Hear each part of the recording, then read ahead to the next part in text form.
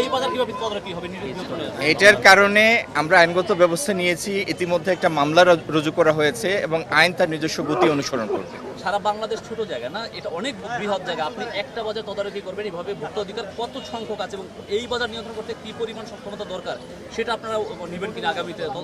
শোনেন, ভোক্তা অধিকারের 10টা টিম শুধু ঢাকা শহরে কাজ করছে, মন্ত্রণালয়ের 3টা টিম কাজ করছে। এটি তো এই কাজগুলি কি, আপনি যখন কোনো একটা সিলেক্ট করেন বা স্যাম্পল ড্র করেন, সেটা র্যান্ডম বেসিসে করেন। এখন ঢাকা শহরের প্রত্যেকটা বাজার বা প্রত্যেকটা দোকানে সরকারি লোক একসাথে যেতে পারবে না, এটা সম্ভব না, বাস্তব না। এবং বাজার মনিটরিংয়ের উদ্দেশ্যটা হচ্ছে এই তথ্য বা এই অনুভূতি বা এই চেতনার যেন সাধারণ বিক্রেতাদের মধ্যে কাজ করে যে আমাকে নজরদারির মধ্যে রাখা হচ্ছে, আমি যদি কোনো অন্যায় করি বা ব্যত্যয় ঘটাই, এটা কোনো না কোনোভাবে আইনশৃঙ্খলা প্রয়োগকারী সংস্থা বা সরকারের দায়িত্বপ্রাপ্ত এজেন্সি এটা জানবে। এটাই হচ্ছে বাজার মনিটরিংয়ের কাজ। আমরা আমাদের কাজ চালিয়ে যাব, যদি আমাদের কোথাও কমতি থাকে আপনাদের পরামর্শক্রমে সেটা আরও বেগবান করব। আমি লেবু হয়ে গেল 100 টাকা, আচ্ছা, 120 টাকা। আমি আপনার প্রশ্নটা বুঝতে পেরেছি এবং আপনার প্রশ্নের মধ্যে যে ক্ষোভ উষ্মা সেটাও আমি অনুভব করি। লেবুর দাম যেটি ছিল 40 বা 50 টাকা, সেটা যদি ঠিক রোজার আগের দিন 120 টাকায় চলে যায়, তো সেটি তো কারো ভালো লাগার কথা না, তাই না? আর রোজার মাস একটা বিশেষ মাস, তো সেই 120 টাকা থেকে আজকে লেবুর দাম তার ভ্যারাইটি অনুযায়ী 50 থেকে 60-70 টাকায় চলে এসেছে। আমরা তো আপনাদের সামনেই বাজার দেখলাম। তো এটা ঠিক যে পণ্যের যথেষ্ট সরবরাহ থাকা সত্ত্বেও ক্ষেত্র বিশেষে অনেক অসাধু লোকজন এটা সুযোগ নেওয়ার চেষ্টা করে, শূন্যতার সুযোগ নেওয়ার চেষ্টা করে।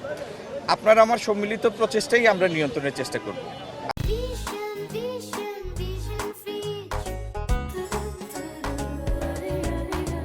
আর ভাই, আপনি তো নিজেই বলেছেন যে আমরা 4-5 দিন আগে এসেছি। আপনি যে শব্দটা উচ্চারণ করলেন,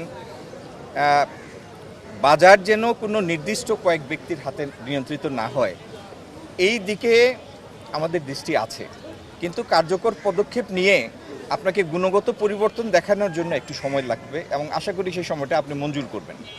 আর আরেকটা বিষয় হচ্ছে, বাণিজ্য মন্ত্রণালয়ের কর্মী হিসাবে আমাদের কাজ হচ্ছে আমদানি পণ্যের বাজারটাকে স্থিতিশীল রাখা। যে পণ্যগুলি আমরা এনে মার্কেট সাপোর্ট করি ব্যালেন্স করার জন্য, টিসিবির মাধ্যমে যে সমস্ত পণ্য আমদানি করি, সেগুলি যথেষ্ট স্থিতিশীল আছে এবং আমি আপনাকে বলতে পারবো কোনো কোনো পণ্যের মূল্য গত বছরের মূল্যের সাথে প্রায় 15-20 টাকা কম আছে। এটি তো আমার মুখের কথা না, স্ট্যাটিস্টিক্স স্পিক্স ফর ইটসেলফ। হ্যাঁ, তো আমরা আপনার আমার সবার সহযোগিতা ইনশাল্লাহ আমাদের অভিষ্ট লক্ষ্যটি আমরা অর্জন করব। ধন্যবাদ সবাই। মাননীয় মন্ত্রী, আপনার কাছে একটি প্রশ্ন। আসলে আপনি যেটি বললেন যে ভোক্তা অধিকার, দেখা যায় যে ভোক্তা অধিকার 2টি দোকান বন্ধ, মানে অভিযান পরিচালনা করার পর মার্কেটটি পিছন দিয়ে বন্ধ হয়ে যায়। আসলে এই যে বন্ধ হয়ে যায়, দোকানগুলো বন্ধ রাখে, তাদের করণীয় কি? একটু এটার সাথে একটু সংযোগ দিই। কিছুদিন আগে ভোক্তা অধিকারের জব্বার মন্ডল নির্বাহী কিন্তু ভোক্তার অধিকার তিনি যখন অভিযানে গিয়েছেন, তাকে চ্যালেঞ্জ করে জব্বার মন্ডল বা ভোক্তা অধিকারের যিনি নির্বাহী ম্যাজিস্ট্রেট, তিনি অভিযানে গিয়েছেন, তাকে ব্যবসায়ী চ্যালেঞ্জ করছে এবং তাকে থ্রেট দিয়ে তাকে সরিয়ে দিয়ে ভয়ভীতি দেখানো। সেই ভয়ভীতি দেখানোর পরিপ্রেক্ষিতে আপনারা কি ব্যবস্থা নিচ্ছেন বা নেবেন কিনা, এরকম যদি বলছে কি ম্যাজিস্ট্রেটকে এই বাজার কিভাবে তদারকি হবে নিয়ন্ত্রণে? এটার কারণে আমরা আইনগত ব্যবস্থা নিয়েছি, ইতিমধ্যে একটা মামলা রুজু করা হয়েছে এবং আইন তার নিজস্ব গতি অনুসরণ করবে। সারা বাংলাদেশ ছোট জায়গা না, এটা অনেক বৃহৎ জায়গা। আপনি একটা বাজার তদারকি করবেন, এইভাবে ভোক্তা অধিকার কত সংখ্যক আছে এবং এই বাজার নিয়ন্ত্রণ করতে কি পরিমাণ সক্ষমতা দরকার সেটা আপনারা নেবেন কিনা আগামীতে? শোনেন, ভোক্তা অধিকারের 10টা টিম শুধু ঢাকা শহরে কাজ করছে, মন্ত্রণালয়ের 3টা টিম কাজ করছে। এটি তো এই কাজগুলি কি, আপনি যখন কোনো একটা সিলেক্ট করেন বা স্যাম্পল ড্র করেন, সেটা র্যান্ডম বেসিসে করেন। এখন ঢাকা শহরের প্রত্যেকটা বাজার বা প্রত্যেকটা দোকানে সরকারি লোক একসাথে যেতে পারবে না, এটা সম্ভব না, বাস্তব না।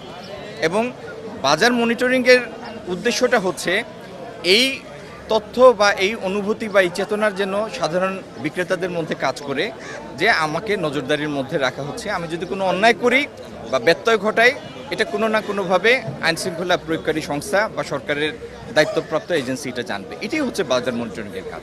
আমরা আমাদের কাজ চালিয়ে যাব, যদি আমাদের কোথাও কমতি থাকে আপনাদের পরামর্শক্রমে সেটা আরও বেগবান করব।